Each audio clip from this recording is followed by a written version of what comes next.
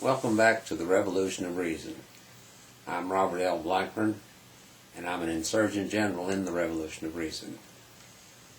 The last video, Buffy and I talked to you all about a crazy world. And that probably offended some. If I say the world's crazy and people live in the world, well, you see where that leads. I can't back down from that accusation. I can say, though, I don't even like it myself. I don't like being included. I'm in this world. But what I do say is being a crazy world is not necessarily a bad thing. If this is the way we always were, then there would be nothing that we could return to or may even become.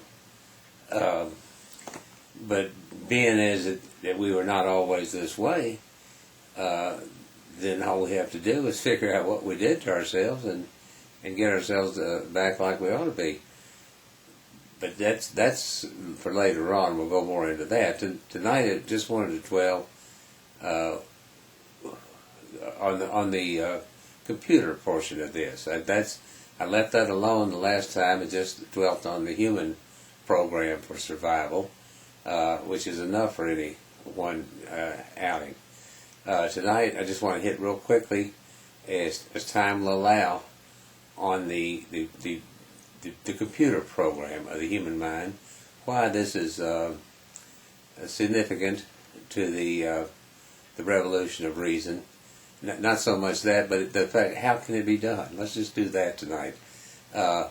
Let's start with, it's based on the survival program. That's first and foremost. That's where the big logjam is with the artificial intelligence community. How does the survival program work?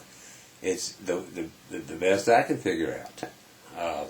It works off an expected value unit. It has in its conscious thought program. It's going to have sub-programs, but in its conscious thought program there exists an expected value unit which operates to get the highest expected value possible for a seeded I exist statement. Those are the two things, the two elements of the language that will actually be placed in the machine, because it does not have the capacity to be aware of itself. It does not have awareness. So we're going to have to tell it exists. Then we just simply program this with the human language. It's that we already have identified everything there is to identify. Well, we haven't found everything, but everything we've seen or felt, touched, smelled, tasted, whatever, we have put a name to it. So we have the symbols we need to manipulate without the computer having to see, feel, think, or do. Think it will do. But we have symbols to illustrate all types of thoughts too. So it can handle that as well as anything else. And the human language also not only gives us the symbols we're going to use, but it gives us the schematic, the diagram for the program of the human mind. We have things like the interrogatives, the who, what, when, where, how, why. These, how much, how many, these will automatically attach to any element coming in, any of the symbols coming into the mind. These will be programmed to attach to, and as we do, it will ask all these questions about everything it comes across. It wants to know about it. It'll have a curiosity. We'll build the curiosity in.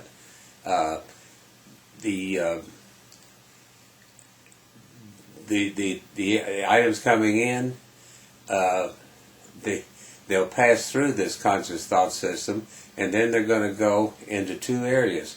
They're going to be in at least two areas for the beginning program of the human mind. Later on, maybe it can be consolidated. But for simplicity and just to get something that thinks at all, one area will be the functioning memory, the functional memory. Here, the symbols will go and be stored and retrieved based on their relationship to other symbols that have come in and been stored. in their relationships and when they came in and everything else.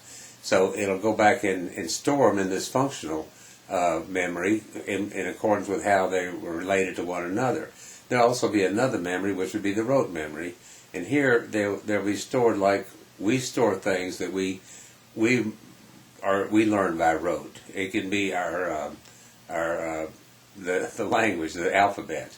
That is not functional. It has to be learned by rote, and then we make it functional. But the original alphabet is just symbols that we have to learn. There are many things we learn by rote, spelling. And that's what basically the rote memory will do. It will retrieve things based on spelling and categories. The big one being the verbal use of the word use of it. That would be very important to make the programs work.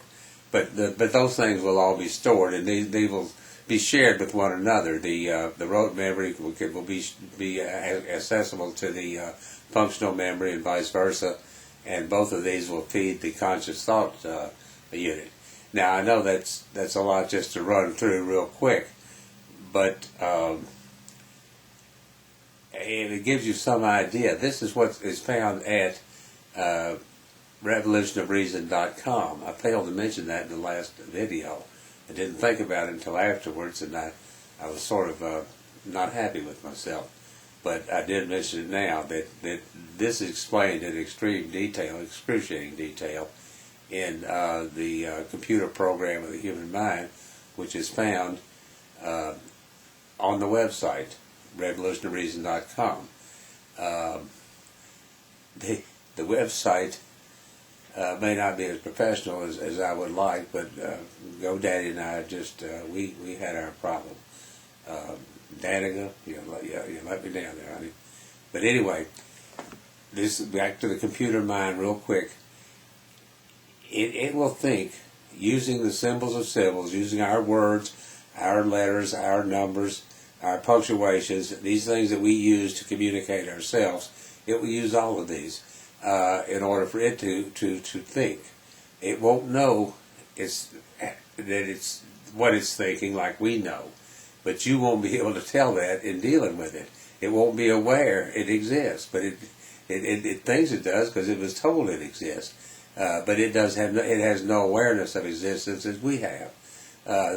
There'll be a lot of differences between us and this machine, but as far as thinking, oh yeah, based on the survival unit alone, it can think.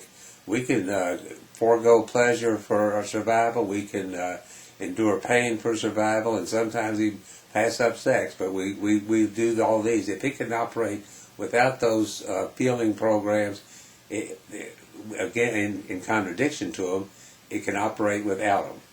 So that's all I'm going to say tonight on this, because I'm running out of time. It just won't know what it knows. It won't know that it knows things, but it will know these things. That's about as confusing as I can make it. Good night. And we'll catch you next time.